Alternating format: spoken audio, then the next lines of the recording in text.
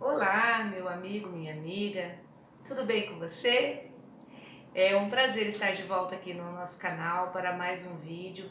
Eu e você conectados com Cristo, para mais uma vez passearmos pelas Escrituras Sagradas, para mais uma vez lhe motivar a abrir sua Bíblia, a ter um momento a sós com Deus, a meditar na grandiosidade da sua palavra, para adquirir conhecimento que vem libertar tua alma, para trazer propósito à sua vida, para te levar a um relacionamento íntimo e pessoal com Deus, para que você conheça verdadeiramente o seu Mestre, o seu Senhor Jesus. Nós estamos aqui porque um dia eu conheci Jesus. Eu conheci Jesus como Paulo conheceu no caminho de Damasco. Um dia ele se apresentou na minha vida, ele mudou o sentido da minha existência, ele colocou significado nas palavras que estão descritas nesse livro sagrado, do qual eu medito diariamente, procuro meditar. Não sou exemplo de pessoa, não olhe para a minha vida e pense que eu sou exemplo, não sou. O nosso exemplo é Cristo. Eu estou aqui a serviço do Rei, eu estou aqui me dedicando para que de alguma forma você também possa conhecer a Deus, se aproximar dele e deixar o Espírito Santo fluir no teu interior, as águas vivas, as águas do conhecimento possam te inundar, te lavar e te restaurar. E como nós anunciamos aí no nosso canal Manancial, hoje o nosso tema é falar um pouco da Santa Ceia, da instituição da Páscoa, do significado maravilhoso que é isso, que nós fazemos em memória de Jesus. Tudo aquilo que nós fazemos em memória de Cristo é importante. Jesus Cristo é o centro de nossas vidas. Jesus Cristo é a primícia perfeita, é o sacrifício perfeito, é o cordeiro imolado. Então, conhecer o significado da Páscoa, por que ele veio, por que ele se sacrificou naquela cruz, porque ele falou para nós trazermos à memória cada uma daquelas coisas que ele fez, é fundamental para que nasça no nosso coração a fé genuína, para que nasça no nosso coração a certeza de que Deus está conosco. Amém, amados? Então vamos lá, abra a sua Bíblia Sagrada, lá no livro de 1 Coríntios, a carta aos Coríntios, escrita pelo apóstolo Paulo, no capítulo 11, a partir do versículo 23, fala da preciosidade da Santa Ceia.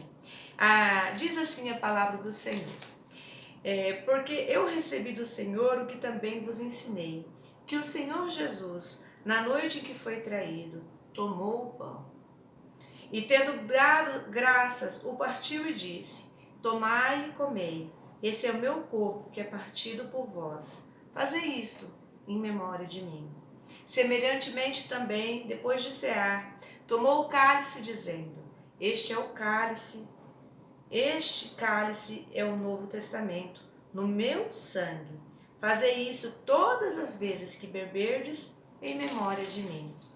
Porque todas as vezes que comerdes este pão e beberdes este cálice, anuncieis a morte do Senhor, até que ele venha.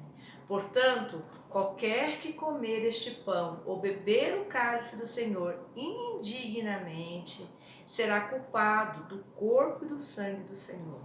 Examine-se, pois, o homem a si mesmo, e assim coma deste pão e beba do sangue do Senhor. Porque o que come e bebe indignamente, come e bebe para a sua própria condenação, não discernindo o corpo do Senhor.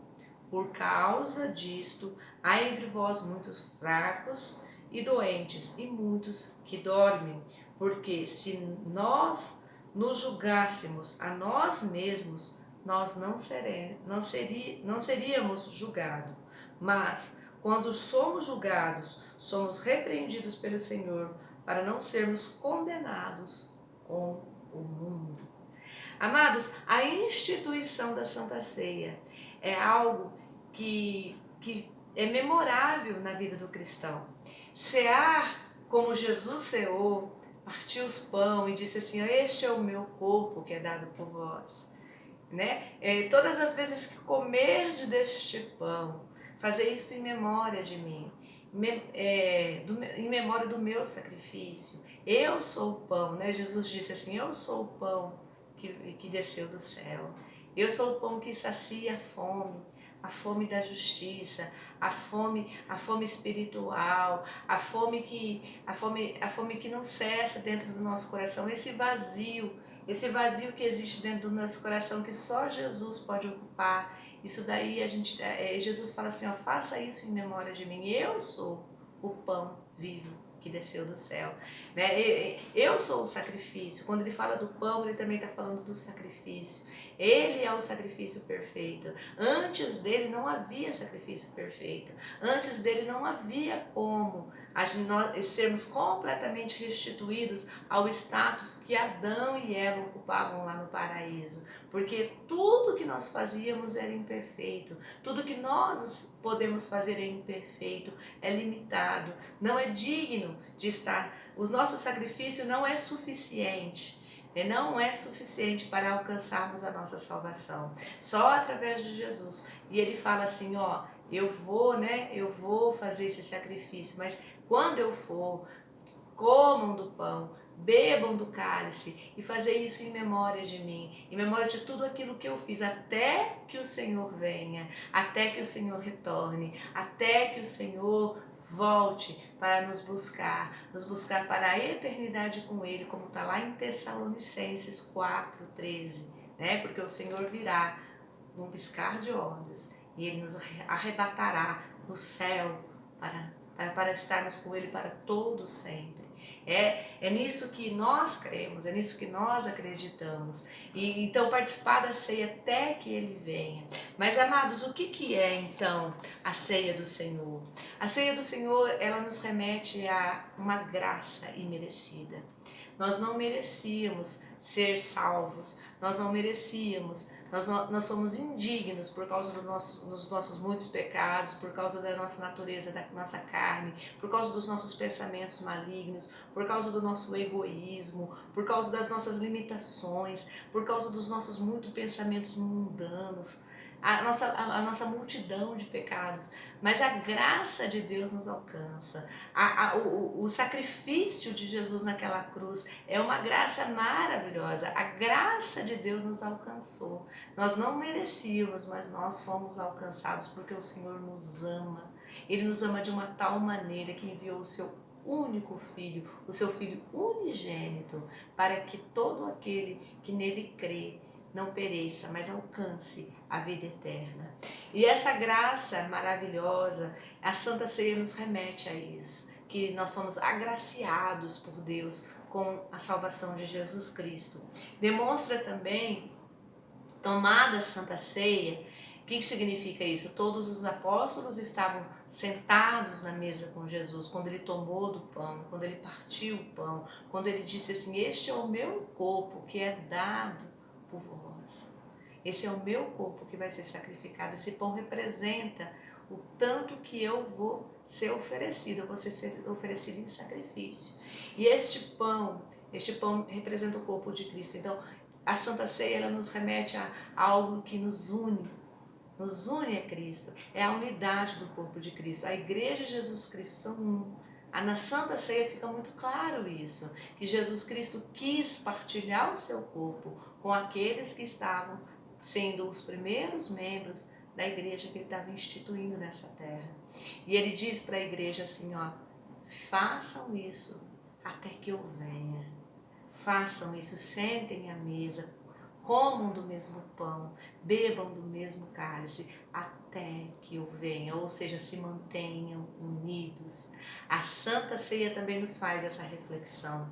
Ela também nos fala da prática da verdadeira comunhão entre os irmãos. Como a gente vai partir do mesmo pão, como a gente vai dividir do mesmo cálice, se nós nos sentirmos uns melhores do que os outros, uns mais dignos, outros menos dignos. Não, todos nós que aceitamos o Senhor Jesus, que temos Ele como nosso Senhor e Salvador, somos dignos de sentar na Santa Ceia e comer do pão e beber do sangue de Jesus representado, né, lá no suco da videira. A Santa Ceia também, ela nos traz à memória a morte de Jesus Cristo em nosso favor. Ele não morreu em vão. Todas as vezes que nós sentamos para tomar da Santa Ceia, nós fazemos essa reflexão. Jesus morreu naquela cruz. Ele morreu, ele sendo inocente, por mim, pecador. Ou os pecados que foram lançados sobre eles não eram dele, eram meus. Ele se sacrificou por mim. Ele fez aquilo que eu deveria ter feito. Ele se arrependeu no meu lugar. Ele veio em meu resgate. Ele pagou um alto preço, o preço da sua própria vida, para que nós pudéssemos alcançar a vida eterna. Então quando você toma da ceia também, você faz este reconhecimento maravilhoso. É um meio também para desafiar os cristãos a examinar suas próprias vidas. Aí Paulo vem assim e fala assim, tomai, mas não tomai indignamente. Examine-se, pois, o homem a si mesmo e veja se ele é digno de estar ali. Por quê? Por que nós temos que ser dignos de estar ali na Santa Ceia? Nós temos que... então nós temos que ser perfeitos, Ana? Nós temos que ser santos? Nós temos que ser de uma conduta irrepreensível na sociedade? Não. Não estou falando disso. Eu estou falando que você deve se desafiar a si mesmo a ser assim, separado do pecado santo. A diferença do cristão para o não cristão não é o fato de um pecar e o outro não, porque todos nós pecamos e destituídos estamos da glória de Deus por conta dos nossos pecados. Porque o salário do pecado é a morte, mas o dom gratuito de Deus é a vida eterna. Então, nós alcançamos esse dom gratuito de Deus quando nós aceitamos Jesus como nosso Senhor e Salvador, mas quando nós aceitamos o sacrifício de Jesus na cruz, quando nós sabemos que nós somos limitados e que nós por nós mesmos não alcançamos a salvação, aí, amados, nasce em nós um arrependimento. Aí nós reconhecemos todas as vezes que nós erramos, nós mentimos, nós falhamos, nós ludibriamos, nós manipulamos, nós omitimos, nós tiramos proveito. Aí vem, né, aquela natureza pecaminosa que nos invade, nos arrebata, a gente se arrepende. O cristão é chamado a tomar a Santa Ceia depois desse exame. Examine, pois, o homem a si mesmo. E depois que ele se arrepende, que ele se conserta. Então a diferença não é o pecado, um peca, o outro não, porque todos nós pecamos. A diferença está em como nós pecamos. Para o cristão verdadeiro, que nasceu de novo, que entende as Escrituras, que se amolda a elas, que deseja andar com sujeição ao Senhor, o pecado é um acidente. É algo não intencional, é algo que simplesmente acontece porque a nossa carne é muito forte e o nosso espírito às vezes é muito fraco para combater as obras da carne.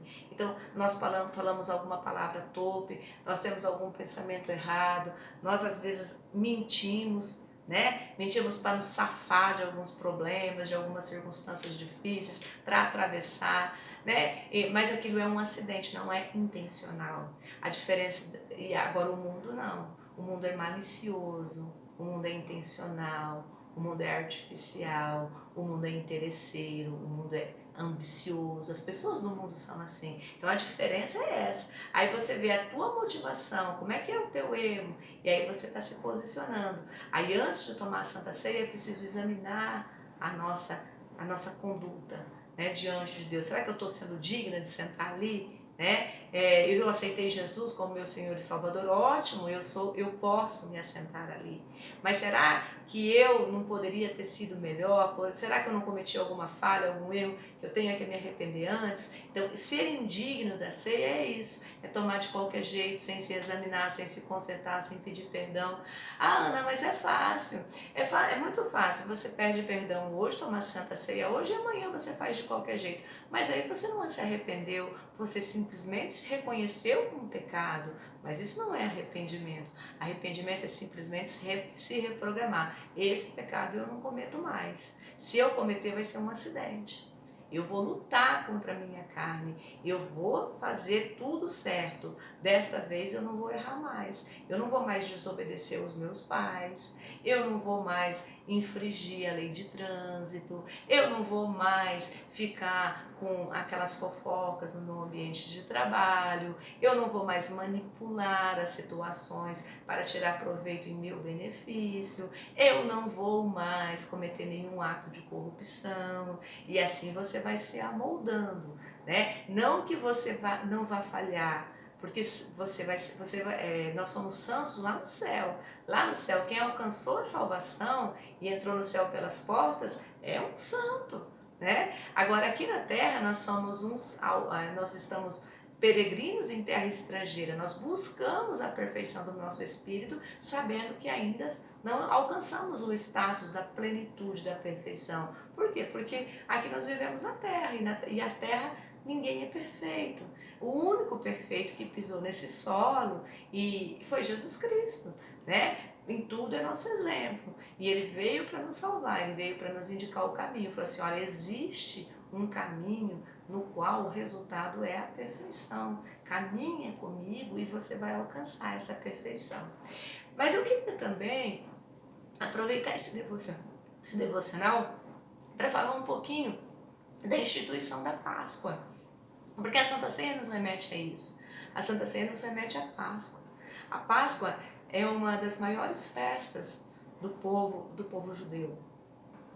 A Páscoa foi instituída por Moisés, lá nos primórdios, lá no livro de Êxodo, capítulo 12, você vai falar, nos vai narrar a história da instituição da Páscoa judaica. E a Páscoa judaica, ela tem um significado muito esclarecedor do quanto que é importante entender o sacrifício de Jesus. Ela nos fala de uma forma muito figurativa, mas ela fala muito, ela nos revela assim de um modo assim pleno, né? Se você conseguir entender o significado, fazer uma leitura espiritual, né, do livro de Êxodo capítulo 12, você vai ver claramente o quanto que Jesus morreu naquela cruz. Aí lá na instituição da Páscoa judaica, eu até anotei algumas coisas aqui, né? Olha que interessante. Na Páscoa judaica, na instituição da Páscoa judaica, que está lá no Antigo Testamento, no livro de Êxodo, capítulo 12, o livro de Êxodo conta a libertação do povo judeu do jugo do Egito, do jugo de Faraó, e quando estava para ser anunciada a última das pragas, que era a morte dos primogênitos, para que salvassem os primogênitos hebreus, para que aquela praga não fosse pega no povo hebreu, foi dado para Deus uma revelação, né, para Moisés, de como defender o povo judeu daquela praga. E uma das recomendações era que se fosse, olha só, das recomendações, tá? Um cordeiro sem mácula, ou seja, sem nenhuma mancha, sem nenhum defeito. Um cordeiro sem mácula. Teria que um cordeiro macho, um cordeiro de um ano. O sacrifício que deveria ser sacrificado à tarde. Na época de Jesus, o cordeiro era sacrificado, né, em memória da Páscoa instituída por Moisés há 1000 e não sei quantos anos antes, entre as 15 e as 16 horas.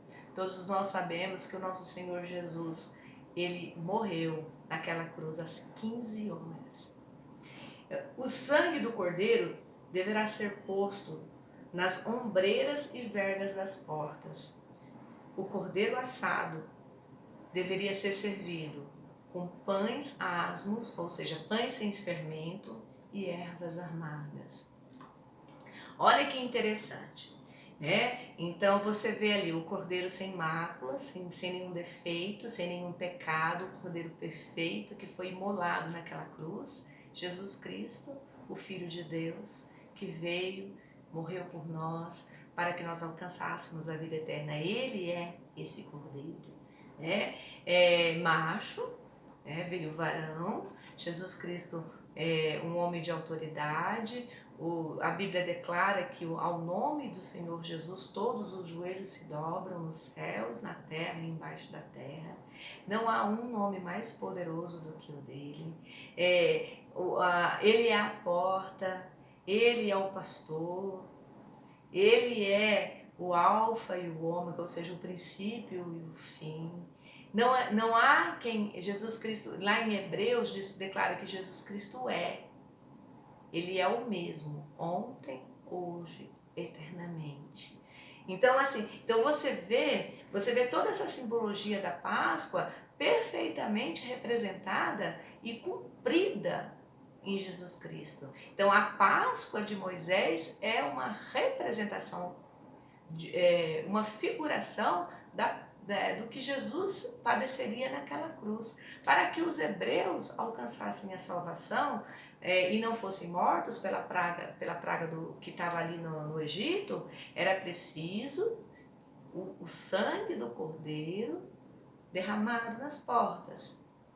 E hoje, para você ser liberto da morte, para que essa morte do seu corpo não seja a morte do seu espírito, o que você precisa fazer?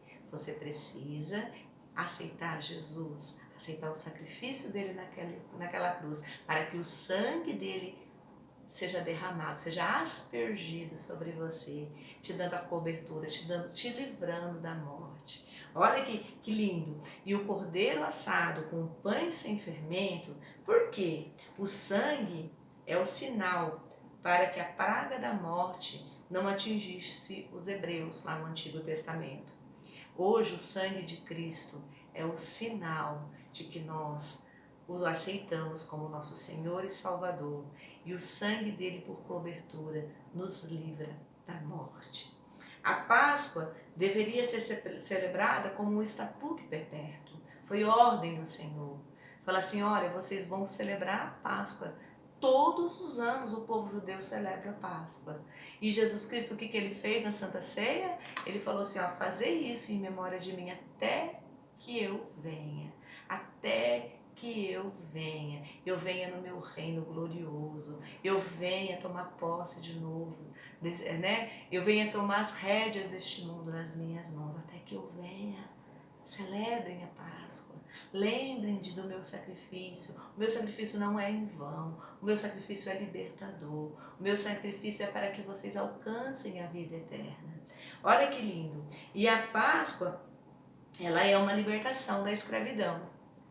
Pães asmos são pães sem fermento. Por quê? Porque o fermento, ele é símbolo da corrupção e do pecado. E comer os pães sem o fermento significa que eles estavam libertos, né? Que a corrupção, que o pecado do mundo tinha sido retirado. Então o fermento, ele tem essa associação. Quando se fala que tinha que comer o pão sem fermento, era porque não se poderia comer um pão contaminado. O fermento representava pecado, representava corrupção. Era como se fosse o fermento representasse um engano, né?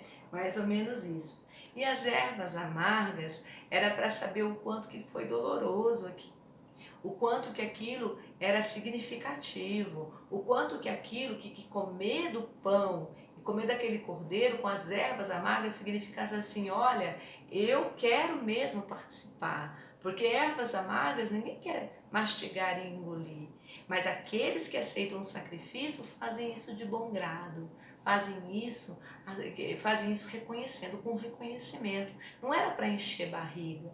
A Páscoa não é para encher barriga, a Páscoa é para trazer sentido ao nosso coração, é para nos remeter a coisas grandiosas, é para nos conectar de verdade com Jesus Cristo.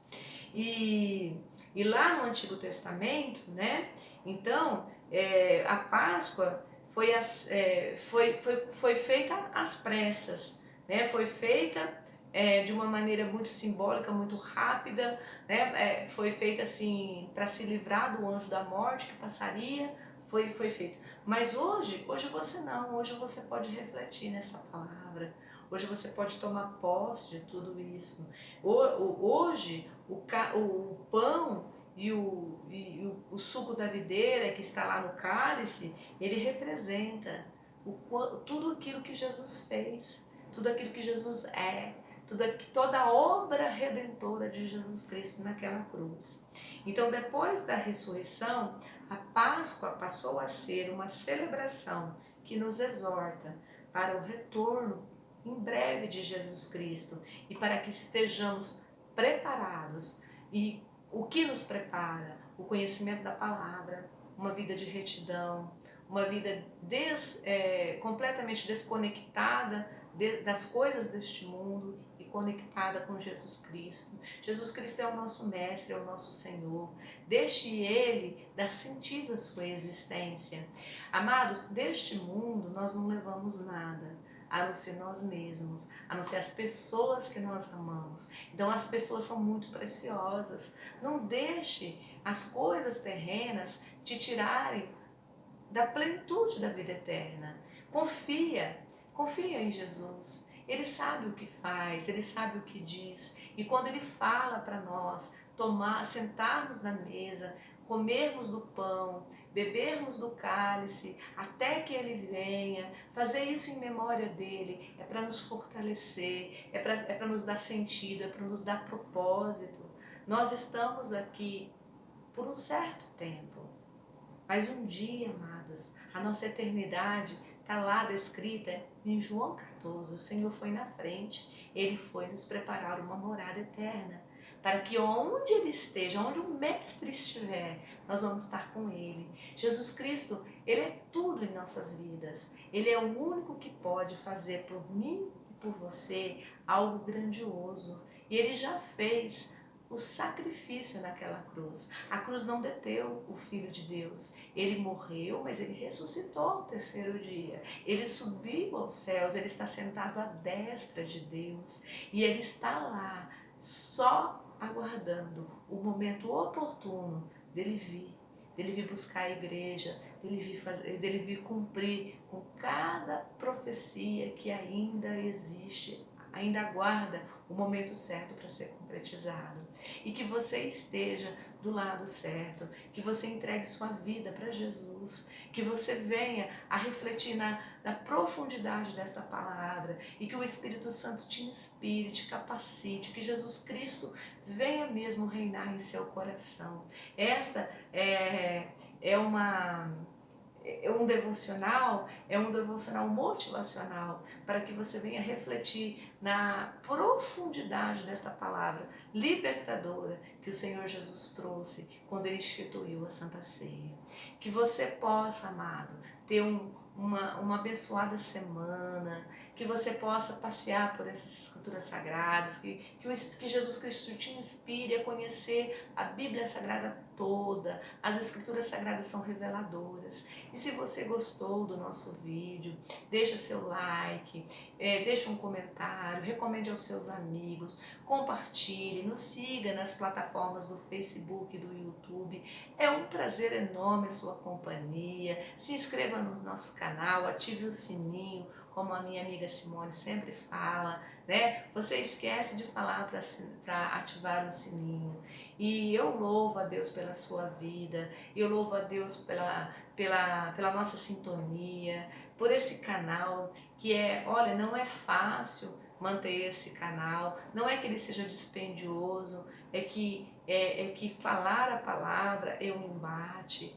Só quem está vivendo o embate pode saber o que eu estou falando, mas eu louvo a Deus, porque todas as vezes que eu me proponho a fazer, o Espírito Santo, Ele me dá a direção e nós podemos aí caminhar com esse canal.